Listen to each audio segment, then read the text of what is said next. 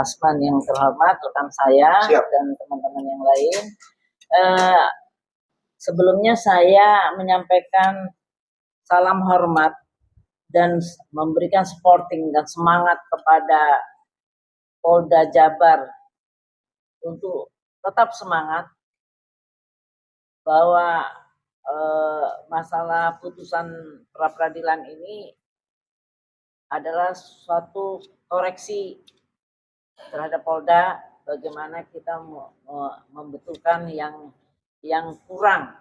Dan saya tidak menyatakan ada yang salah, ya, saya tidak menyatakan ada yang salah, karena ini gorengan-gorengan pemberitaan, pembentukan image yang sangat tidak bertanggung jawab, ya, di mana dimanfaatkan oleh siapapun dan perkara ini sangat ditunggangi.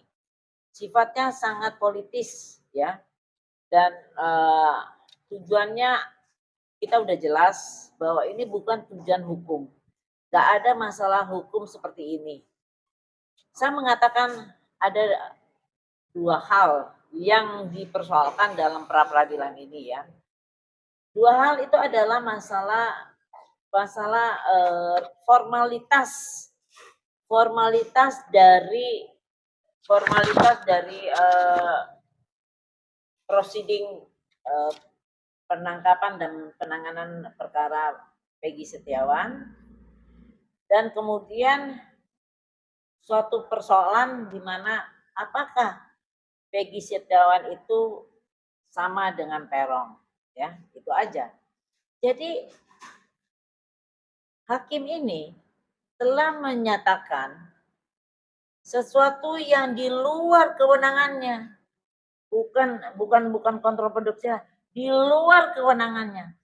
Di luar kewenangannya adalah pelanggaran hukum yang sangat keras, dan itu wajib dilaporkan ke Komisi Yudisial, ke Ketua Mahkamah Agung, ke Hakim Agung Pengawas, Ketua Pengadilan Tinggi Jabar yang berwenang mengawasi hakim-hakim, dan Ketua PN Bandung. Kenapa di luar kewenangan?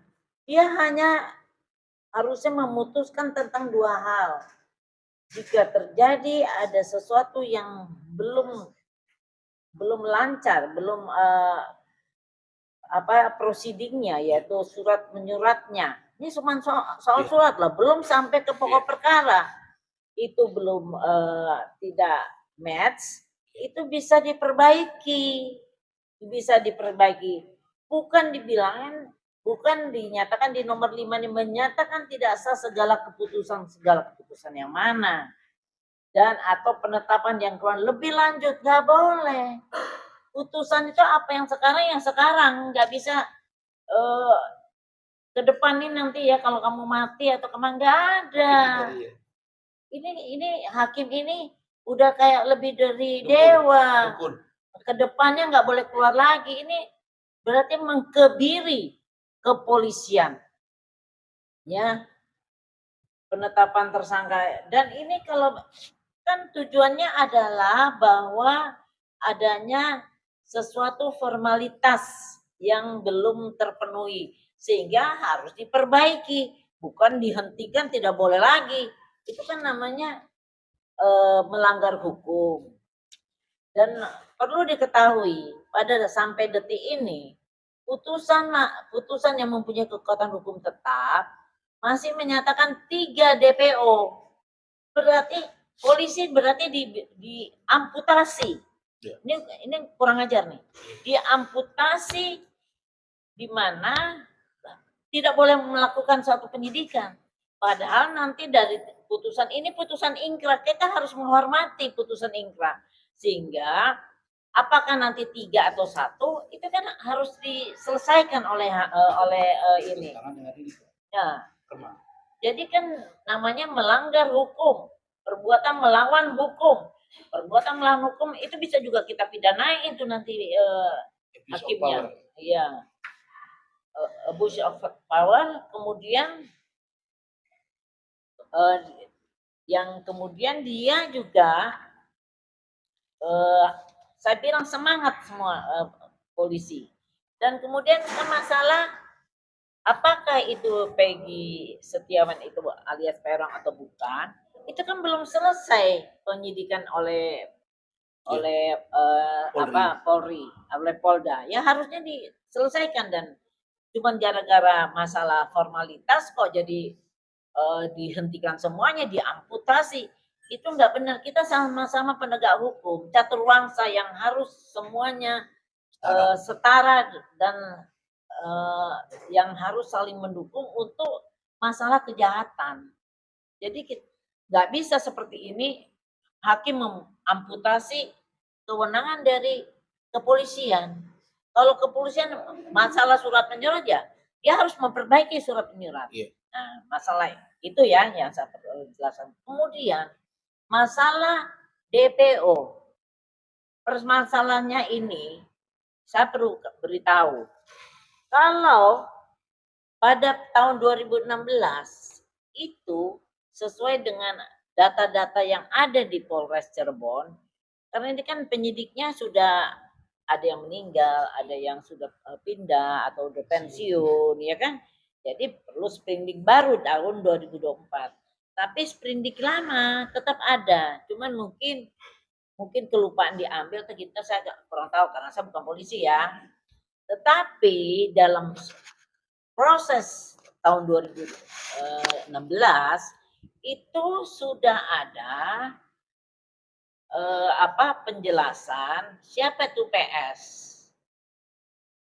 apa panggilannya, ya panggilannya siapa, kemudian di mana PS itu berada, itu dari kelompoknya. Terus kalian itu selalu berkata, oh harus forensik, harus lakukan DNA, harus sidik jari. Itu masalah sampai kiamat, sampai kuda gigit besi nggak akan ada. Karena begitu lihainya pembunuh ini, begitu lihatnya penjahat ini, orang yang dibunuh dengan penyiksaan ini dilakukan seolah-olah terjadi kecelakaan. Sehingga terjadilah kesalahan dari lantas, dikira kecelakaan, kemudian setelah divisum dikuburkan. Tetapi namanya orang tua dari Ibtu Rudiana begitu lihat, kok kecelakaan badannya hancur lebur seperti dibikin bakso, tapi kok anak ini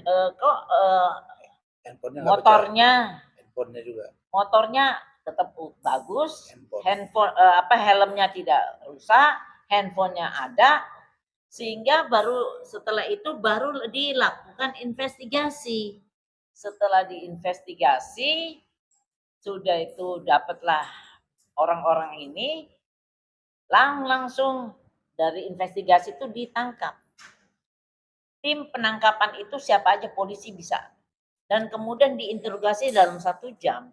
Jadi tim interogasi itu hanya 4 orang dan dilakukan interogasi cukup hanya berapa menit karena mereka kaget mengaku semua. Dan kemudian barulah dikasih ke reskrim. Barulah dibikin LP. Jadi jangan bilang tuh selalu ngomong-ngomong, kok baru 1 jam ditangkap tiba-tiba Rudiana sudah tahu si A, si B, si C. Loh dia kan interogor, dia interogasi. Jadi waktu dia di BAP kan dia nggak boleh bohong. Apakah Anda mengenal ini? Ya si A ini, si B ini, perannya ini. Karena mereka sudah ngaku pada waktu interogasi. Setelah dibikin LP, di mana laporannya adalah Pak Rudiana dan itu reskrim semua yang ngatur semua. Kemudian mereka di BAP terus bilangnya ada pemukulan segala rupa. Jangan sangka ya, kadang-kadang pemukulan itu biasa di dalam tahanan mereka saling pukul-pukul. Jadi jangan terlalu di-overkan. Pembuktian aja, kalau dari dulu, dari dulu. Nah, jangan terlalu dibesar-besarkan. Nah, kemudian yang jelas kan mereka masih hidup dan mereka masih sehat. Kalau yang jelas 2 anak ini sudah meninggal, ya. Jadi jangan terlalu dibanding-bandingin dengan orang yang telah meninggal, lebih kacau itu. Terus kemudian lagi, pada saat itu, apakah penyidik mau BAP PS ini? Karena PS ini dapat keterangan dari orang yang pelaku ini. Dan dia polisi pergi ke rumah PS. Bukan PS yang ada di Cianjur, PS di Jakarta, PS di mana-mana lah. Yang jelas PS di situ. Ketemu ibunya, dilakukan penggeledahan. Waktu dikatakan sana, berapa kali dibikin surat, panggilan dan segalanya. Terus diambillah fotonya, ditunjukkan kepada para mereka ini, mereka mengatakan itu teman-temannya. Jadi jangan terlalu naif karena framing yang dibuat berlebihan, itulah terjadi.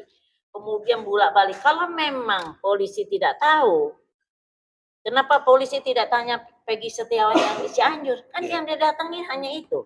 Yang dia ambil motornya 2 itu juga. Yang diambil fotonya foto itu juga. Ya kan?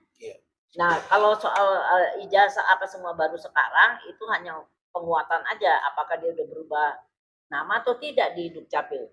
Ternyata dia tidak berubah nama di Dukcapil. Tetap namanya PS, cuman panggilannya berubah. Panggilannya berubah. Kalau keluar itu nanti biar diterangkan oleh Pak Rasman, rekan saya Rasman. Jadi di situ. Nah, kenapa 8 tahun tidak ketahuan? Tapi pada saat setelah bolak-balik dipanggil mereka, ya sekarang bisa aja bilang nggak pernah dipanggil. Tapi kan arsipnya ada di kepolisian, di Polres Cirebon.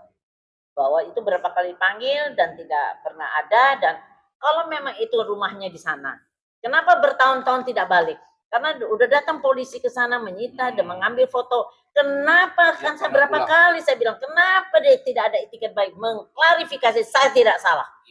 Kenapa? Nggak ngilang kan? Terus bilang kalau dibalikin lagi, kenapa tidak ketemu? Itu bom-bom yang pelaku teror bom itu ketangkep. Ya, kalau pelaku teror itu habis ngebom di sini, dia lari lagi, dia ngebom di sini, ngebom di sini, kan diikutin terus, pasti ketangkep. Kalau ini kan ngilang, keluarganya melindungi, ya kan? Dan kalau itu sifatnya yang lari nih rekan saya Rasman, 2 hari juga ketangkep, badan gede, suaranya ketahuan, semua orang tahu. Kalau dia kan for nothing, nobody, tidak ada orang tahu begitu dia langsung ikut bapaknya. Jangan bilang kuli bangunan, bapaknya tuh orang lumayan kaya, pemborong. Kalau nggak kaya, mana mungkin punya istri 2? Satu di Jakarta, satu di Cirebon, satu di Bandung. Kalau sama-sama di Cirebon mungkin kecelakaan, jatuh cinta. Tapi ini kan satu, berarti kan membiayain cukup besar, bikin borongan. Nah, kenapa anaknya juga jadi menguli dengan bapaknya? Kenapa nama dirubah? Nah, kenapa perlu dirubah-rubah? Bukan bapaknya aja lah, selalu dialihkan bahwa bapaknya mau kawin lagi, hilang, enggak. Saya nggak menuduh, tetapi beri kesempatan kepada penyidik Polda Jabar untuk menyelesaikan itu semua. Jangan dipotong-potong, diamputasi seperti ini. Dan saya tidak mau diamputasi karena ini penyidikan dari Polda Jabar belum selesai, dan juga aturannya setelah dia dinyatakan DPO, semua datanya tentang dia itu dikirim ke seluruh Indonesia, dan siapapun yang menangkap, polisi yang menangkap itu langsung diserahkan kepada Polda dan langsung diperiksa, nggak pakai ada lagi dipanggil-panggil sayang, nggak ada, karena udah tersangka sebelumnya. Ini aturan apa? Ini aturan aturan yang dibuat SOP-nya kepolisian, bukan aturan yang didasarkan pada KUHP dari SK Kapolri. Jadi yang bilang kalau misalnya utang piutang, apa misalnya penggelapan penipuan itu panggil dulu, BAP dulu, ini OTT pun ya betul ditangkap, tapi tetap diperiksa 1 ke 24 jam. Nah kalau ini karena dia sudah tersangka 2016, tidak ada daluarsanya loh. Daluarsanya tuh setelah 12 tahun. Ini masih baru 8 tahun. Jadi sudah tersangka, masa dibalikin jadi sakit lagi? Gimana logika hukumnya? Dia sudah tersangka. Tidak mungkin tersangka dibikin lagi, udah karena baru ditangkap jadi berubah lagi. Itu penangkapan itu adalah kelanjutan dari tersangkanya dari Polres Cirebon, DPO dan putus, diperkuat dengan putusan yang mempunyai kekuatan hukum tetap. Jadi tolong ya diluruskan. Jadi jangan orang hukum jadi memberi komentar yang nyeleneh, yang membuat tidak lurusnya permasalahan hukumnya. Jadi demikian yang bisa saya sampaikan, dan saya sampaikan semangat Polda Jabar. Terima kasih. Mungkin sedikit saya kasih bocoran.